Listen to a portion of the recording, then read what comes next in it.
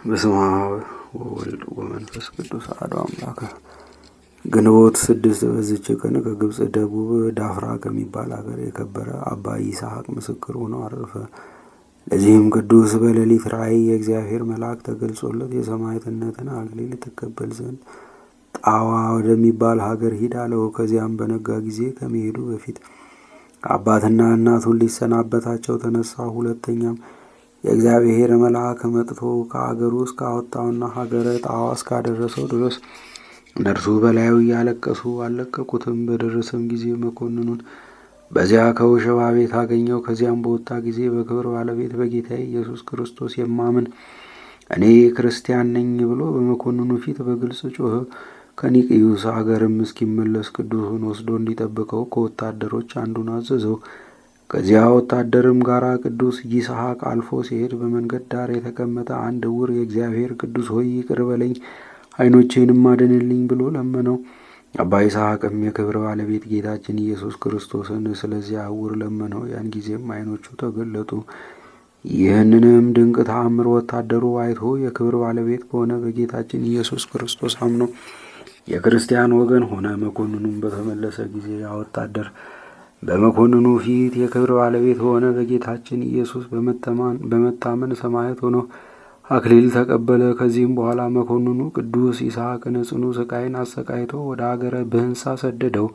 በዚያም አሰቃዩት። በመርከብም ሲወስዱት የጽዋ ውሃን ለመናቸው። ከቀዛፊዎችም አንድ ዓይኑ የታወረ ውሃን በጽዋ ሰጠው። የከበረ ይስሐቅም ያን ውሃ በላዩ ረጨ። ዓይኑም ድና እንደ ሌላይቱ ሆነች።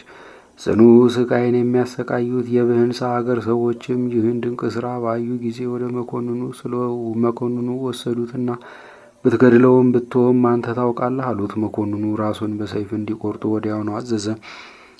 የከበረች ራሱንም ቆረጡት። የምስክርነት አክሊልንም ተቀበለ። በዚያም ምዕመናን ሰዎች ነበሩ።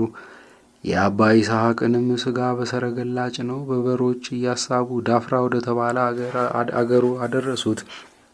ያሻግሩትም ዘንድ መርከብ ባላገኙ ጊዜ ተሸክመው አሻግረው ወደ ቤቱ አደረሱት። ቤቱንም አፍርሰው በስሙ ቤተ ክርስቲያን አድርገው ሰሯት። ስጋውንም በውስጧ አኖሩ። ከእርሱም የሚያስደንቁ ብዙዎች ተአምራት ተገለጡ። ለእግዚአብሔር ምስጋና ይሁን። እኛንም በዚህ እውነተኛ ምስክር ጸሎት ይማረን፣ በረከቱም ከእኛ ጋር ትኑር ለዘላለሙ አሜን። በዚችም ቀን የእስክንድርያ ቄስ የከበረ አባት አባ መቃርስ አረፈ። ይህም ቅዱስ በአባቱ በሚቀድመው በታላቁ በክቡር አባ መቃርስ ዘመን ለአስቄጥስ ገዳም አባት ሆኖ ብዙ ትሩፋትን ሰራ። ስለ እርሱም እንዲህ ተባለ። አንዲት ዘመሚት ነክሳው ከገደላት።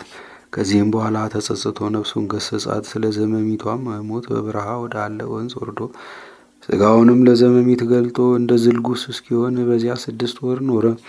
ከዚህ በኋላ ወደ በዓቱ ተመለሰ። መቃርስ እንደሆነ ማንም አላወቀውም። አንድ ጊዜም እየጸለየ 5 ቀን 5 ሌሊት ቆመ። ልቡም ወደ ሰማይ ተመስጧል። ሰይጣናትም እስከተቃጠሉ ድረስ ይህች ትጋትና ተጋድሎ ከሰራው ትሩፋት ሁሉ ትልቃለች አሉ። አንድ ጊዜም የራእይትን ቦታዎች ላይ ወደ በረሃ ውስጥ ገባ። 10 ቀኖችም እየተጓዘ ኖረ። በሚመለስም ጊዜ ምልክት ሊሆኑት መንገዱን እንዳይስት ለምልክት የሚያኖራቸው ሸንበቆዎች ከእርሱ ጋር ነበሩና በየመንገዱ ተከላቸው። በደከመም ጊዜ ጥቂት ሊያርፍ በምድር ላይ ተኛ። ተኝቶ ሳለም እነዚያን ሸንበቆዎች ሰይጣን ነቀላቸው። አስሮም በቅዱስ መቃርስ ራስጌ አኖራቸው። በነቃም ጊዜ አያቸውና ወዲያውኑ አጣቸው። አደነቀ። እንዲህ የሚልም ቃልን ሰማ። መቃርስ ሆይ ሃይማኖት ካለህ አታወላውል፣ በሸንበቆዎችም አትታመን።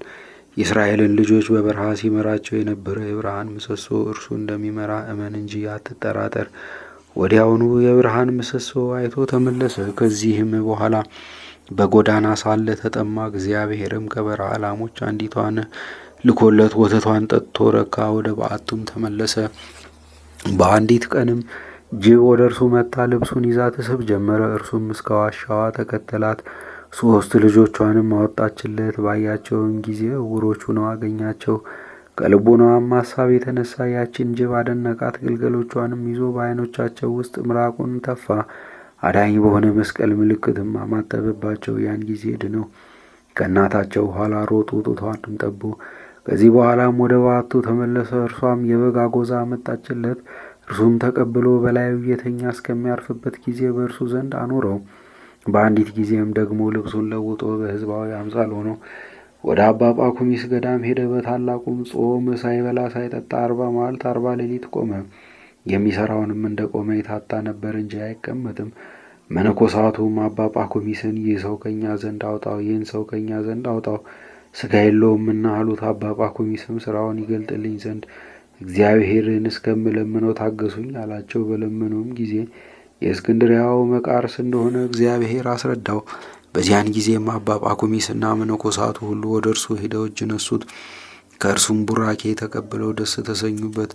ወደ ቤተ መቅደስም ከእሳቸው ጋር አስገቡት። በገዳም ውስጥም በስራቸው በመመካት በባልንጀሮቻቸው ላይ የሚታበዩ የዚህን ቅዱስ አባት የአባ መቃርስን ጸጋውን አይተው ትሑታኖች ሆኑ። ከዚህ በኋላም ወደ በዓቱ ወደ አስቄጥስ ገዳም ተመለሰ። በእስክንድርያ ሀገርም ዝናብ በተከለከለ ጊዜ ዝናብን እንዲያወርድ አንበጣንም እንዲያጠፋ ወደ እግዚአብሔር አብሮት ለመጸለይ ወደ እርሱ ይመጣ ዘንድ ሊቀ ጳጳሳት አባ ጢሞቴዎስ እየማለደ ላከበት። ያን ጊዜም ተነስቶ ወደ እስክንድርያ ሀገር ሄደ። ሕዝቡም በታላቅ ደስታ ተቀበሉት። በልቡም ጸለየ። ብዙ ዝናብም ዘነበ። ከዝናብ ብዛት የተነሳ ምድሪቱ ትጠፋለች ብለው እስቲያስቡ ድረስ 2 መዓልት 2 ሌሊት እየዘነበ ኖረ። እጅግም ፈርተው አባታችን ሆይ ዝናቡን አስወግዶ በልክ ይሆን ዘንድ እንዳንጠፋ ስለ እኛ ወደ እግዚአብሔር ጸልይ ብለው ለመኑት። ያን ጊዜም ጸለየ። ዝናቡን በርቶ በእግዚአብሔር ቸርነት ፀሐይ ወጣላቸው። ይህም አባት ብዙ ታላላቅ ትሩፋቶችን ሰርቷል። እግዚአብሔርም በእጆቹ ድንቆች ተአምራትን ገለጠ። ርኩሳን አጋንንት ያደሩባቸውንና ብዙዎች በሽተኞችን አዳናቸው። ይህ አባትም የሰራቸውን በጎ ስራዎች ሊቆጥራቸው የሚችል የለም። አንድ ሰው በጎ ስራ እንደሰራ የሰማ እንደሆነ ሰውየው እንደሰራው እስከሚሰራ አይተኛም። የክብር ባለቤት ስለሆነ ስለ ጌታችን ኢየሱስ ክርስቶስ ሥጋና ደም ክብር ምራቁን ሳይተፋ 60 ዓመት ኖረ። 100 ዓመት ከሆነውና ተጋድሎውን ከፈጸመ በኋላ በበጎ ሽምግልና አረፈ። ለእግዚአብሔርም ምስጋና ይሁን። እኛንም በዚህ ጻድቅ ጸሎት ይማረን፣ በረከቱም ከእኛ ጋር ለዘላለሙ ትኑር አሜን። በዚህችም ዕለት የቅዱስ ኤስድሮስ አባት በንደላዎስ በምስክርነት አረፈ። ደግሞ የምንኩስናን ሥራ ገንዘብ ካደረግሁ ይበቃኛል ብሎ ጵጵስናን አልሾምም ያለ የጻድቁ የአባ አሞን የዕረፍቱ መታሰቢያ ነው። በረከታቸውም ከእኛ ጋር ትኑር ለዘላለሙ አሜን። በዚችም ቀን ቅድስት ዲላጊ ከ4 ልጆቿ ጋር ምስክር ሆና አረፈች። እነርሱም ሱርስ፣ ህርማነ የአፋ ናቸው። ይህችም ቅድስት በክብረ ባለቤት ክርስቶስ ሃይማኖት የጸናች ናት። መኮንኑ አርያኖስም ሀገረ እስና በደረሰ ጊዜ ልጆቿን እየነዳች ተቀበለችው። በፊቱም ቁማ አርያኖስ ሆይ ሰማይና ምድርን በውስጣቸው ያለውን በፈጠረ በክብር ባለቤት ኢየሱስ ክርስቶስ የማምን ክርስቲያን ነኝ አለችው። ልጆቿም እንደርሷ እኛ ክርስቲያን ነን እያሉ በግልጽ ጮኹ። መኮንኑም ሰምቶ ቁጣን ተመላ። ራሳቸውንም በሰይፍ ቆረጠ። ምስክርነታቸውንም ፈጽሞ ነፍሶቻቸውን ወደ ክብር ባለቤት ኢየሱስ ክርስቶስ መላእክት ወሰዱ። በረከታቸውም ከእኛ ጋር ትኑር ለዘላለሙ አሜን። በዚችም ዕለት ደግሞ ንጽሕናን፣ ቅድስናን፣ ድንግልናን ገንዘብ ያደረገች ታራሚት ሰሎሜ አረፈች።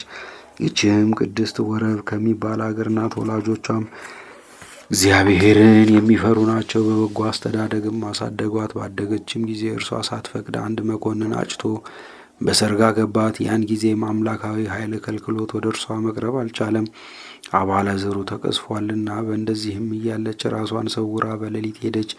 በእግዚአብሔርም ኃይል አመለጠች። ቅዱሳን ባሉበት ሁሉ በመዞር በጾም በጸሎት ተወስና እውነተኛ መንገድን ጌታ ይመራት ዘንድ በቀንና በሌሊት ስትማልድ ኖረች። ጌታችንም ልመናዋን ሰምቶ ወደ ደብረ ሊባኖስ ገዳም አደረሳት። የመላእክት የሆነ አልባሰ ምንኩስናን በአባ ዮሐንስ ከማዕጅ ለብሳ የሰውን ልብ የሚያስደነግጥ ጽኑ ገድልን ተጋደለች። በጾም በጸሎት በተመሰገነ ገድል ሁሉ የፍጹማን አባቶችን ጎዳና ተጓዘች። በመጽሐፈ ገድሏ እንደተጻፈ ብዙዎች ድንቆች ተአምራትንም እስከ ማድረግ ደርሳ ከዚህ በኋላ በሰላም አረፈች። ለእግዚአብሔር ምስጋና ይሁን። እኛንም በጸሎቷ ይማረን፣ በረከቷም ከእኛ ጋር ትኑር ለዘላለሙም አሜን። በዚችም ዕለት ገድሉን በሰይፍ የፈጸመ የከበረ አባት አባ ድናስዮስ አረፈ። እግዚአብሔርም በጸሎቱ ይማረን ለዘላለሙም አሜን።